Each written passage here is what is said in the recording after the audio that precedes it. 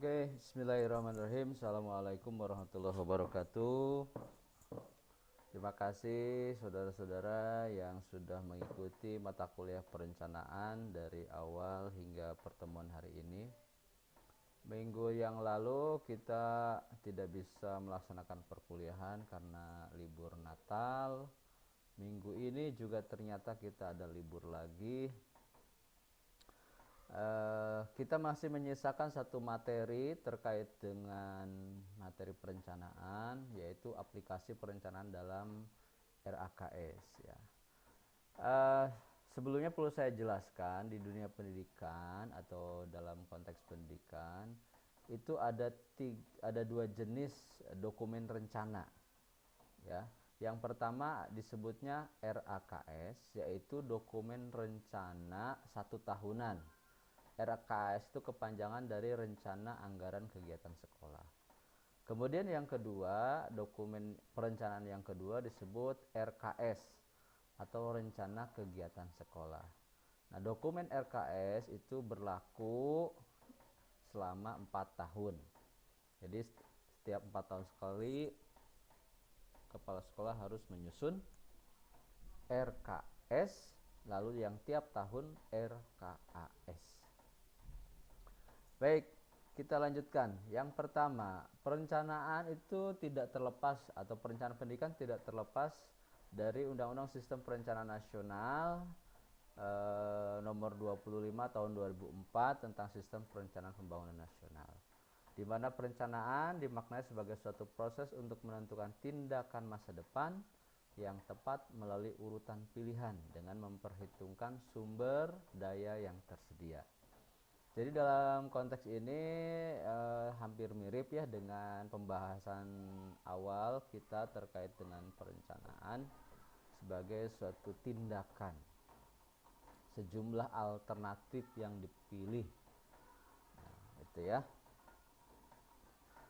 Kemudian perencanaan pembangunan nasional disusun secara sistematis, terarah, terpadu, menyeluruh, dan tanggap terhadap perubahan. Nah, ini sebagai sebuah prinsip dalam proses penyusunannya. Ada 5 pendekatan dalam undang-undang sistem perencanaan nasional itu, yaitu pendekatan dalam menyusun perencanaan ya. Ada pendekatan politik, pendekatan teknokratif, pendekatan partisipatif, pendekatan atas bawah, dan pendekatan bawah atas. Pendekatan politik ini berhubungan dengan political will dari pemerintah atau pimpinan di suatu daerah ya. Jadi kalau misalkan Presiden Joko Widodo memiliki arah kebijakan politik, misalkan membangun Indonesia dari pinggiran, nah itu adalah pendekatan politik. Atau mungkin wali kota Malang membangun kota Malang melalui pendidikan karakter, nah itu adalah pendekatan politik. Atau juga kepala daerah lainnya yang memiliki visi dalam proses pembangunan di daerah masing-masing. Pendekatan teknokratif itu lebih mengarah kepada pendekatan dengan menggunakan ilmu pengetahuan dan teknologi. Jadi proses perencanaan didasarkan kepada perkembangan ilmu pengetahuan dan teknologi. Pendekatan partisipatif adalah suatu proses pendekatan yang mencoba untuk menggali partisipasi masyarakat. Nah, jadi di sini masyarakat diakomodasi berbagai pendapatnya. Kemudian bisa dirumuskan dalam bentuk perencanaan. Yang ketiga, atas bawah itu maksudnya dari top down ya. Jadi dari pemerintah pusat ke pemerintah daerah.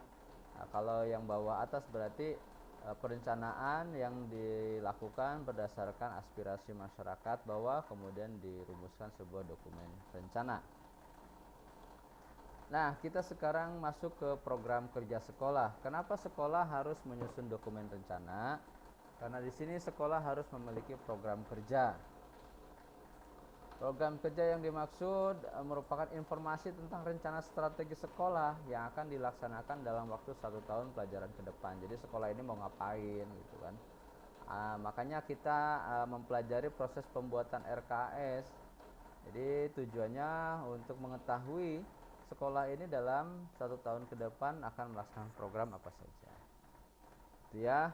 Kemudian tujuan penyusunannya. Nah, jadi ada tujuan penyusunan dari dokumen rencana sekolah ya, atau kita sebut RKAS, yaitu untuk membiasakan sekolah menyusun rencana kerja, peningkatan kinerja dan layanan sekolah. Proses pembelajaran bagi warga sekolah agar mampu menganalisis kebutuhan dan peningkatan mutu sekolah sesuai kondisi dan kemampuan sekolah. Nah, ini sebetulnya sebagai sebuah manifestasi SDM, sehingga terjadi peningkatan SDM sekolah. Kemudian juga mendapatkan dana blok grant dari pemerintah pusat. Kalau satu sekolah memiliki program yang jelas, otomatis sekolah ini akan mendapatkan perhatian dari pemerintah pusat. Menggali partisipasi masyarakat untuk keterlaksanaan program sekolah ya. Jadi ini sebagai sebuah upaya untuk mendongkrak partisipasi masyarakat. Kemudian kita lanjut ke prinsip penyusunan program kerja sekolah. Jadi disusun secara sistematis dan sistemik. Nah, ini sudah sempat kita bahas apa yang dimaksud dengan sistematis dan sistemik. Sistematis berhubungan dengan urutan ya, berurutan dengan tahapan. Kalau sistemik, antar satu kegiatan satu dengan kegiatan yang lainnya itu saling berkaitan. Jadi kalau sistematis itu A, B, C, D, E. Kalau sistemik itu A ke B, B ke A ke C, C ke B dan A. Nah, itu sistemik ya. Sehingga saling terkait gitu. Oke, juga dokumen itu harus mudah dibaca dan dipahami, tidak harus tebal, disusun bersama oleh warga sekolah yang mencakup kepala sekolah, guru, karyawan, komite, pengurus yayasan, wakil siswa gitu. Memuat supaya informasi yang dibutuhkan, memuat rencana kegiatan dan tahapan-tahapan semua program, mencantumkan kebutuhan, dana serta penggunaannya, mencantumkan identitas penyusun, menyertakan lampiran yang berisi detail data yang diperlukan. Oke, jadi ini prinsip penyusunan program kerja sekolah, baik dokumen RKS maupun RKS ya. Jadi sama. Selanjutnya kita ke slide berikutnya. Nah, komponen program kerja sekolah itu harus ada apa saja? Nah, di sini ada yang disebut dengan visi, misi, dan tujuan sekolah. Nah, proses ini sebutnya itu perencanaan strategis ya. Jadi kalau perencanaan strategis itu adanya visi, misi, dan tujuan. Apa itu visi? Nah, kita lihat di slide berikutnya. Visi sekolah adalah imajinasi moral yang dijadikan dasar atau rujukan dalam menentukan tujuan atau keadaan masa depan secara khusus diharapkan oleh sekolah. Jadi yang dimaksud dengan imajinasi moral, memang yang namanya visi itu sifatnya jauh ke depan ya. Artinya dia memandang suatu tinjauan yang jauh ke masa depan. Karena visi ini sebagai suatu targetan jangka panjang. Saya sebut targetan jangka panjang. Nah, visi sekolah memang harus terukur, walaupun jangka panjang tapi harus terukur gitu. Terukur itu bisa dalam konteks waktu ketercapaiannya atau juga indikator-indikator yang ingin dicapainya harus jelas. Misalkan contoh, unggul dalam prestasi berdasarkan iman takwa gitu kan ya.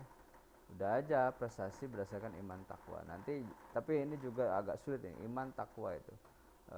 Unggul dalam prestasi yang bisa diukur adalah prestasinya itu. Mungkin tiap tahun akan terjadi peningkatan prestasi. Beriman, terdidik, dan berbudaya. Beriman artinya alat ukurnya menguasai ilmu tentang artinya gini lah, anak atau lulusan itu memiliki dasar ilmu agama.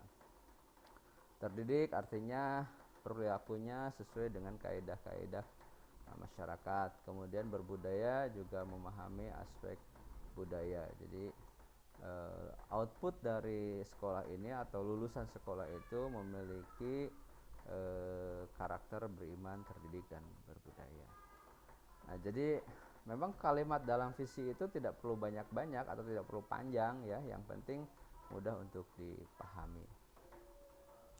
Kemudian yang kedua ada misi. Misi itu merupakan penjabaran dari visi. Jadi kalau visi tadi itu berbentuk kalimat pernyataan, kalau misi berbentuk kalimat kerja. Kalimat kerja itu biasanya diawali dengan misalkan menyelenggarakan pendidikan yang berwawasan lingkungan, misalkan menyelenggarakan pengembangan potensi, minat, dan bakat siswa, menerapkan teknologi dalam proses pembelajaran. Nah, itu kalimat-kalimat misi atau mission ya.